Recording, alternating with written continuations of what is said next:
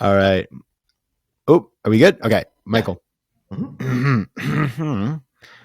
This is my show, and I start it just the same way every time because it's my fucking show. And I do this. I ask the same question, which is this: what's a formative decision you've had to make to get to where you are today? You know, I love the question because you made me think a little bit about, okay, well, what was one of those decisions that really had a major trajectory change in my life? And I definitely think I know which one it was. So a little bit of a story. So when I got out of graduate school, I got a PhD in clinical psychology. I applied for my very first job at a sleep center. And when I applied for the job at the sleep center, I wanted to be the coordinator of the sleep center, like manage the sleep center, kind of be the doc. And so I went into the interview and I crushed it. Now, at that time in my life, and you may remember this yourself, do you remember if they just offered me $30,000 a year, I could afford health insurance, right? That's where I was in my life, right? Like we all have had that time, right? So I get in the interview and I crush it. Right. And they say, Dr. Breus, we're going to give you 60 grand a year. We're going to give you full health benefits. We're going to give you 2 weeks of paid vacation and 2 weeks of medical leave so you can go to conferences. We're going to frame your diplomas, give you an office. And I'm like, sign me up. This sounds amazing. And they said, but by the way, at the end of the first year, you need to take and pass the sleep medicine boards. And I raised my hand and I said, Dr. DeMarini, those are medical boards. I didn't go to medical school. I went to graduate school. And so I don't even know if I can take those boards. And he said, there's 1 year left. They're letting anybody take the boards. You can take them. And if you pass, you get to keep your job. If you fail, you're fired at the end of your first year. So I went home to my girlfriend, now wife at the time. And you know what the first thing I said to her was? 60 grand. I was like, this is awesome. We're rich. This is going to be fantastic. And I told her the whole story. And I told her the end about this whole taking the medical boards thing. And a week rolls by and I was just about to start the job. And she said, are you going to do it? And I said, do what? She said, are you going to take the medical boards? I said, Lauren, I didn't go to medical school. And she said to me the one thing that's probably part of the reason I married her and part of the reason that I made this big decision is she turned to me and she said, I think you could do it. And I got the confidence and I took the medical boards without going to medical school and passed. I'm one of 168 people in the world that have ever done it. Wow. And that took me on this trajectory into sleep and sleep medicine. And it was just a whole different ballgame. So you study sleepless nights. I took my 60,000 job to work in investment banking where I had sleepless nights. Right? So we're basically brothers. Now that's a crazy story. 168. That did you just study around the clock or are you just really talented? No. So what I did, I'm not, to be clear, I'm not some like super genius. Like I'm a grinder. And so there were 14 books and I read every single book cover to cover and I'd read a paragraph and I'd say, what would be a good board question? And I'd write it on a note card and then I'd write the answer on the back. And every night before bed, I would flip cards. And by the end of a year, I had 6,000 cards. Wow. It was unbelievable. And it would take me hours and hours to roll through them. I'm, like I said, I was the only PhD that year to take it and pass. So it's crazy. That's amazing. You know, it's so sad now. People don't do that anymore. It's like they would just get ChatGPT to make the questions. And right, exactly. But I don't think it's the same. So, okay. So that's how you got into this. Yeah. Like why though? Why, I'm always interested in this because it is in some ways the most amazing thing to have chosen in your career because it's probably the biggest growth area in medicine, right? Other than absolutely. There's probably others, but this is a big one. But like, it is so many people have problems with sleep, especially as they get older. Yeah. But what was it that brought you into this field? Well, I have to be honest with you. I wasn't interested in sleep to begin with. Like this wasn't I didn't wake up one day and say, damn, I want to be a sleep doctor. I actually wanted to be a sports psychologist and I was trying to get into a sports psychology internship. And, when I applied, they said, hey, you went to the University of Georgia, top 20 program, but only the Harvards, the Princetons, and the Yales come here. And I was like, okay, got it. But they had a grant for an extra position on the side of their graduate program for a sleep person. And I had worked my way through graduate school in the electrophysiology department. So I don't come from a lot of dough. And I worked my whole way with all these machines. And so they used the same machines in the sleep lab as they did in the electrophys lab So I was like, dude, I know how to do this. So I said, okay, you're not going to let me in through the front door? Fuck that. I'm going around the side. I'm going to apply for the sleep position, and then I'm just going to transfer as soon as I get there, right? So I apply and I get the position and I'm stoked, and I show up, and day one, I raised my hand and they said, yes, Dr. Breus. And I said, I'd like to transfer over to the sports psych side of things. And they said, we had a feeling you might do this. And so here's the deal. Your position is funded through that. So you have to go there for 6 months, but for the second 6 months, you can go, we'll let you go to the sports psychology side, but you got to do the first 6 months in sleep. And so I was like, how tough can this be? I know how to use all the machines. I know how to sleep. Like what's the big deal here, right? By the third day, I had absolutely fallen in love with clinical sleep medicine. Wow. And I'll tell you why. I help people like that. It's unbelievable how quickly you can identify a sleep disorder and in many cases fix it. I mean, I would say there's a large number of people I've helped in under 48 hours. And by the way, Pat, when you change somebody's sleep, you change their life, right? Like it's unbelievable what an impact it has on somebody. And to be fair, being a traditional clinical psychologist, I mean, it can take months, even years to see any form of treatment gains in your patients. My patients feel relief very, very quickly. And whether that's we're trying to find them a new sleep schedule, whether we've identified sleep apnea, whether it's narcolepsy, like there's a whole host of different things, but there's just not a lot of people out there who know how to identify these disorders. And when you can do it in a rapid way, man, you can make some big differences in people's lives. And that was just cool to me. Like, I just was like, this is cool. Like, I'm literally helping people every day. It got to the point, this is kind of sound weird, but it got to the point where when I would walk into the room with my patients and somebody would say, you changed my life, I would be like, yeah, I know. And I would just, keep going because I was like, I'm so glad I helped you, but it was every patient, and it was so rewarding to be in that kind of an environment that I stuck with sleep. That's an incredible way to get into the work of your life. And of course, clearly it was the right decision because now you're the sleep doctor. Let's talk about sleep because it's a real pleasure to have, an expert in this topic. Mm-hmm. And I have to confess, I mean, we all want to sleep more, but like this actually, of the many things that I need to work on in my life, this one is pretty good. Actually, I do okay with the sleep. Yeah. We've talked about your sleep before. Yeah.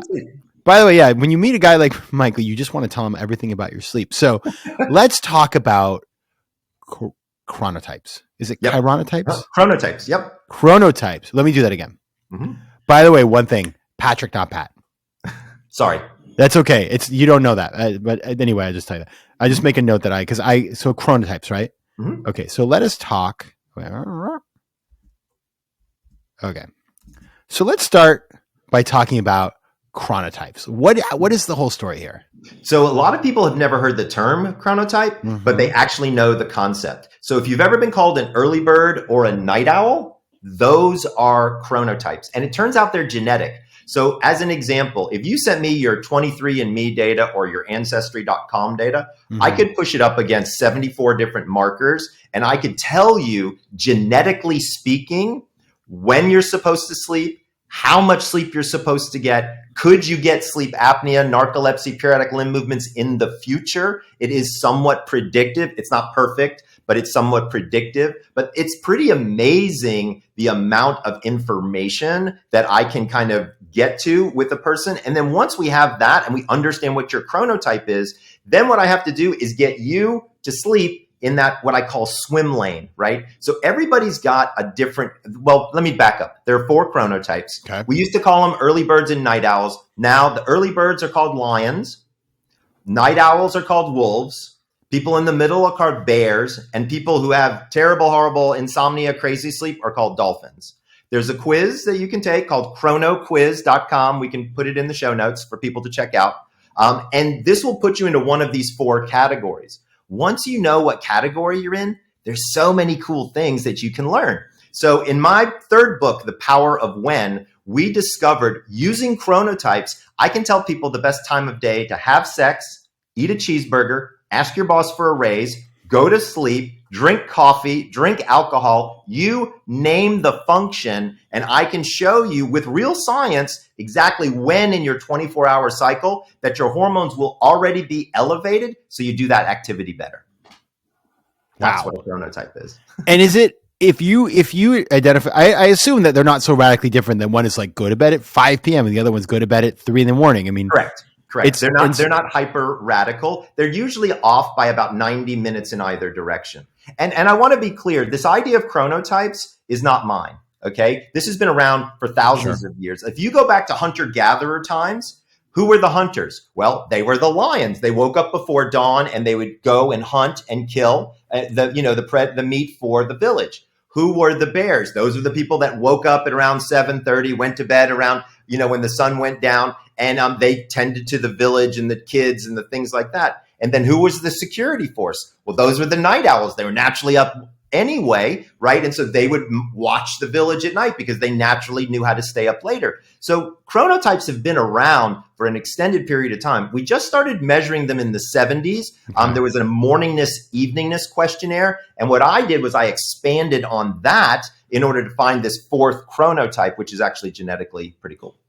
So as we think about this topic, there are a lot of people who don't have severe pathology, but there are just like the basic kind of sleep hygiene things you got to do right. Yes. I remember we talked about, you told me like, you shouldn't have to go to the bathroom during the night, but if you do, don't turn on a light. And so now I have this, when I wake up in the middle of the night, God forbid I have to go take a little walk, I have this whole new way of approaching things. It's been very helpful to me.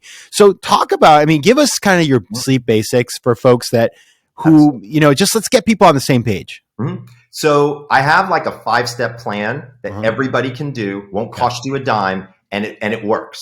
Okay. So step number 1 is to wake up at the same time 7 days a week. Okay. Now this is oftentimes the hardest one for people to do, but it has the biggest impact because what it does is it regularizes your entire circadian rhythm. And that's really kind of what we're looking for. Now I want people to notice something. I didn't say go to bed at the same time. I said wake up at the same time. So if you want to go out on Friday night and you want to stay out until 2 o'clock in the morning, I don't think I give a shit. But if you normally wake up at 6:30, right, I don't think you should be staying out until 2 o'clock in the morning. Now, there is a lower level limit of about 5.5 hours, right? So if you did stay out until 2 o'clock in the morning, I wouldn't want you waking up before 7:30. But as a general guideline, if you can keep your wake up time consistent, that means your melatonin production is consistent, which means you'll fall asleep consistently. So the more consistently you wake up, the more consistently you actually end up falling asleep. So step number 1 is to have one wake up time. Step number 2 has to do with caffeine. You want to stop caffeine by 2 p.m. Okay. Now people will notice the first one had a 1 in it. The second one has a 2 in it. So it's going to be easy to remember. Okay? I see where you're going here. Yes. So stopping caffeine by 2 is important because most people don't realize it, but caffeine has a half-life of between 6 and 8 hours. Yeah. So if you stop at 2, by 10, only 50% of the caffeine is out of your system. So do yourself a favor, front load your caffeine into the beginning part of the day. And if you can, stop by 2. And then once you can stop by 2 regularly, then move it back to 12 if you can. Yeah. Step number 3 has to do with alcohol. There's a really big difference between going to sleep and passing out. Okay. We don't like the passing out, although it might happen. What happens in your bed? What happens in the street? Right. Exactly. But what we do like is people being able to fall asleep. Right. And so can you drink alcohol and still be able to get a decent night's sleep? The answer is yes, but it's all about timing. So how closely you drink before lights out and the amount you drink before lights out is what has the effect. And by the way, it almost destroys all the physical restoration of your sleep. This is why you wake up with a hangover, is half of it is hydration and half of it is you didn't get deep sleep, which means you don't get that physical restoration. What I tell people to do is you want to stop drinking 3 hours before you go to bed. So as an example, let's say that you're going out to dinner. It's 7 o'clock. You order a glass of wine. You don't normally go to bed before, let's say 11, right? You would have 1 glass of wine, then have a glass of water. Then maybe you have your second glass of wine and your second glass of water. By this time, it's probably 8:15, which gives you 3 hours before 11 o'clock. You've enjoyed your meal and you haven't had a major effect on your sleep. Notice I also put the water in there because alcohol makes you pee. And once you break the seal, you're peeing all night long. So you got to get that hydration going because sleep in and of itself is kind of a dehydrative event. So step number 3 is you're allowed to drink, keep it to 2 drinks and stop 3 hours before bed. Step number 4 has to do with exercise. The single best way for anybody to improve their sleep quality is with daily exercise. But you don't have to run a marathon. Like 20 minutes of cardio is honestly all you need to start to see some good effects for sleep. You really don't have to do much more than that. But if you exercise too close to bedtime, it raises your core body temperature. And for some people, that makes it hard to sleep. So I tell people step number 4 is to exercise daily, but try not to exercise within 4 hours of bedtime. Okay. Last step is step number 5. And this is what I call the 3:15s. This is a morning routine that everybody can do. So when you wake up in the morning, you want to swing your legs over to the side of the bed and have your feet on the floor. You want to take 15 deep breaths. This is merely to bring yourself center, right? Wake up your respiratory system and kind of say good morning to the day. You're going to want to drink 15 ounces of water, but you want to hydrate before you caffeinate every single time. Remember, sleep in and of itself is a dehydrative event. Most people lose almost a liter of water just from the humidity in their breath all night long. So 15 ounces of water, you want to just chug it. Then walk over to the window, or if you can, go outside and get 15 minutes of sunlight. Sunlight, when it hits your eyeball, turns off the melatonin faucet in your head. And 15 minutes is the exact amount of time that your body needs in order to produce vitamin D. And vitamin D turns out to be a circadian pacemaker and something that's good for sleep.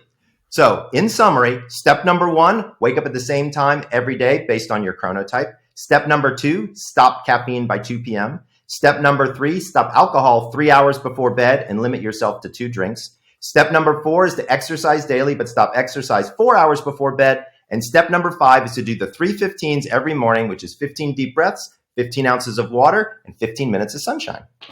That is masterful. You see, everybody, first of all, it's just really good. It's very clear, but also just anybody who's observing this from a communications perspective, what you've just given us is something that we'll all remember. There's a lot of content there, but in a week, I would be able to repeat that to you 6 times. So I appreciate that's just like, I'm just enjoying the game and the player. Yeah. And it all makes sense to me. Now, I'm curious, when you think about either misconceptions or the things that people just get really wrong. Yep. What are the big, just like things that we should myths. just know are naughty things to do? Well, naughty things to do are myths because there's kind of a little bit of both. That's what I mean. Okay. So number 1, I want to be super clear. 8 hours is a myth. Okay. Helpful. People don't need 8 hours of sleep. Some people do. Most people don't. Get the amount of sleep that you need for you. What does that mean? If you have to hit the snooze button more than once, you're not getting enough sleep. Okay. If you fall asleep on the couch while you're watching TV before bed, you're not getting enough sleep, right? So there are plenty of signs out there, right? Another big one is if you get in bed and you fall asleep in less than 5 minutes, that means you're probably sleep deprived. Not a lot of people. I mean, Oprah, when I was on the Oprah Winfrey show, she turned to me and she said, Stedman falls asleep in like a minute, 37 seconds. Wow. And I was like, that's not good. That means he's exhausted. Or he's faking it because he doesn't want to talk to Oprah. There you go. That's not the case. The other option. That could be the other option, right? So people need to understand that they need to get the right amount of sleep for them. That's number 1. Number 2 is people really don't appreciate that even though they may not be feeling that there's caffeine in their system, that it can have an effect on your ability to sleep. And the length of time that's required to get it out of your system, a lot of people don't really understand that. They think, oh, I had a cup of coffee at 4 o'clock. How could it possibly affect me at 10? I got news for you. It will definitely have a big effect. A couple of the other things that I think are worthwhile to people is a lot of people ask me about supplementation for sleep. And they say like, oh, should I be taking ashwagandha or valerian root or blah, blah, blah. Let's break that down for just a second here. So number 1, nobody in the universe has a deficiency in ashwagandha. Okay. I want to be very clear about that. Right. So the way I do medicine is I say, let's figure out if your body has any deficiencies first. Let's fix those deficiencies and see how it affects your sleep. there are 3 different areas that I really like to look at commonly: iron, magnesium, and vitamin D. So the very first thing that anybody out there who's having sleep-related issues should consider doing is talking to your doctor about getting some blood work and seeing, are you deficient in any one of those 3 areas? The other area that I like to look at is melatonin production, but most doctors don't have those tests. That is a saliva test that you can actually order online. I think it's like $100. You have to take 4 samples because they do it throughout a 24-hour period, but it gives you a nice idea of your melatonin and your cortisol, which can be helpful as well. But step number 1 is make sure that this unit is the gas tank is full in every single area, because we don't know if it's going to run well if we don't. So that's step number 1. Now, let's say you go and you have your blood work done, you got no deficiencies, but you still ain't sleeping. And you come to me and you say, Michael, I want to take something to help me sleep, right? So in those types of cases, then we start to look at, is it a hard time falling asleep? Is it a hard time staying asleep? Because those would be different supplements or different potential medications. So really working with your doctor to start to understand this can be very, very helpful. Now, you brought up an interesting point, which is, well, there are some people out there who don't have a sleep disorder, but they still sleep like crap. What are those people supposed to do? That's really the area that I spend most of my time in, because I'm looking at things like, how do you wind down before bed to successfully be able to fall asleep? Or what I tell people is, how do you create enough runway to land the plane, right? And because a lot of people don't think about structure. They think about structure for their day, but they almost never think about structure for their night. And so if you can institute these small structural changes, like having a regular bedtime, maybe practicing some meditation before bed, or have a hot shower before bed, things of that nature that are calming, not exciting before bed, then you have a much greater likelihood of being able to fall asleep and stay asleep. Yeah, I do think that combination, for anybody, whether it's mindfulness, doing some exercise regularly, those are things that all of us can do. Maybe we don't think about it as part of our sleep routine, but it absolutely is. And, we're living in times, obviously complicated times. We came out of a pandemic. Now we have wars. It's just, social media, digital devices, all this stuff.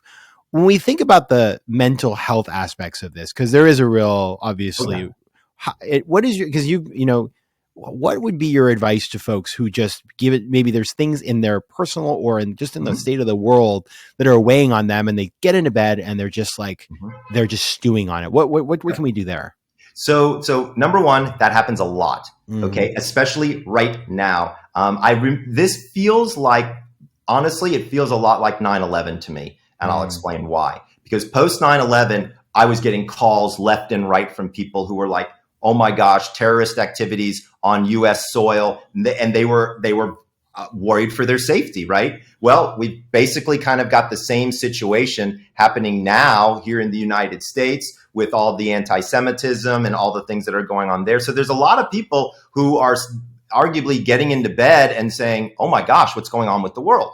So, and that prevents them obviously from falling asleep. No matter what side of any issue you're on, I think both sides of every issue are having sleep-related difficulties. Sure. So step number 1, go on a media diet. Okay. Yeah. So 2 to 3 hours before bed, you don't need to know what happened in the Ukraine or in Israel or with the economy, because let's be fair, you're not going to be able to do anything about it. All it's going to do is stress you out. And by the way, that stress, when you get in bed and nobody's talking to you and all those thoughts come flooding into your head, what do you think is going to happen? So can you replace what would be your normal stress from learning about news and things like that with something more positive? That's the direction that I like to see people going. Now, this is going to sound silly, but I have people do it and it actually works out quite well. I have them take out old photo albums and go back and remember so-and-so's birthday or such and such a Christmas. It's very positive, right? They're looking at photos with their friend or their partner, and then they have this positive image and this positive energy when going to bed. Here's a really interesting scientific study, is if you are more positive before bed, you actually fall asleep more quickly and have more positive dreams, right? So somebody actually did a study on that. So there's a lot of things that we can do. Stress is everywhere. And so number 1, limit the amount of information that's coming into your brain. That's number one. Number two, have some physical form of stress relief. That can be walking, it can be running, it can be working out, it can be dancing, it can be yoga, it can be walking your dog 3 times in a day. I don't care, but you've got to do something physical to get some of that nervous energy out of your body. And then you have to do something mental to do that. That might be meditation, that might be practicing mindfulness, that could be prayer. It could be whatever you want it to be and what you feel comfortable with. But if you can replace that negativity with something that's positive before bed, it works out really, really well. My very favorite thing I ask people to do is a gratitude list in their head. Is I say, if all else fails and your brain is going cuckoo, just focus on things that you're grateful for.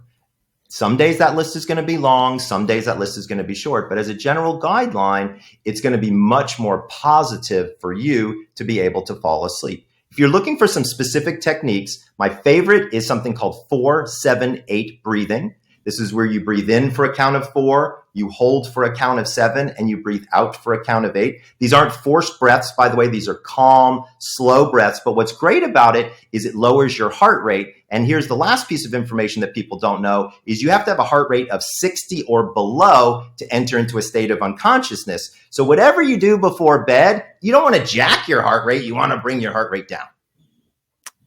I think it's a really good way to end because I will tell you, you gave me that piece of information when we met. Mm-hmm. And then shortly thereafter, I went to a breathing breathwork teacher who teaches the methodology of Carl Stowe. I don't know if you know his work. And so I started doing that. And I remember when I would wake up in the middle of the night, a friend of mine had told me that you should just say to yourself over and over again, please let me sleep. Please let me sleep. Not, by the way, it's worked, but the Carl Stowe breathing slows your body down so much that typically when I do it on a normal day, I'm like woozy. So it really works. So I think the big takeaway here for everybody that's listening, by the way, other than that you should read all of Michael's books and that he has an incredible way of communicating this information, is that you don't have to suffer. Right. That there are lots of, this is like, there is an arsenal of tools that you can draw upon. You can see a doctor. You can also try these different strategies at home. And for the vast majority of us, like these things will make a big difference. Absolutely. And if folks want to learn more, swing on over to my YouTube channel, The Sleep Doctor. I've got almost 400 videos there of every kind of question you could imagine, lots of advice, what I do with patients, what I do myself, all kinds of stuff. So if people want to do that, or you can swing over to the website at sleepdoctor.com. I love it. You do my work for me, my friend. It's sleepdoctor.com. You can also find Michael on Instagram and other socials at The Sleep Doctor. He's on YouTube, of course. Mm-hmm. And we just so thankful to have you here. Dr. Michael Breus, The Sleep Doctor. Thanks for being here. Thanks, Patrick. I enjoyed it.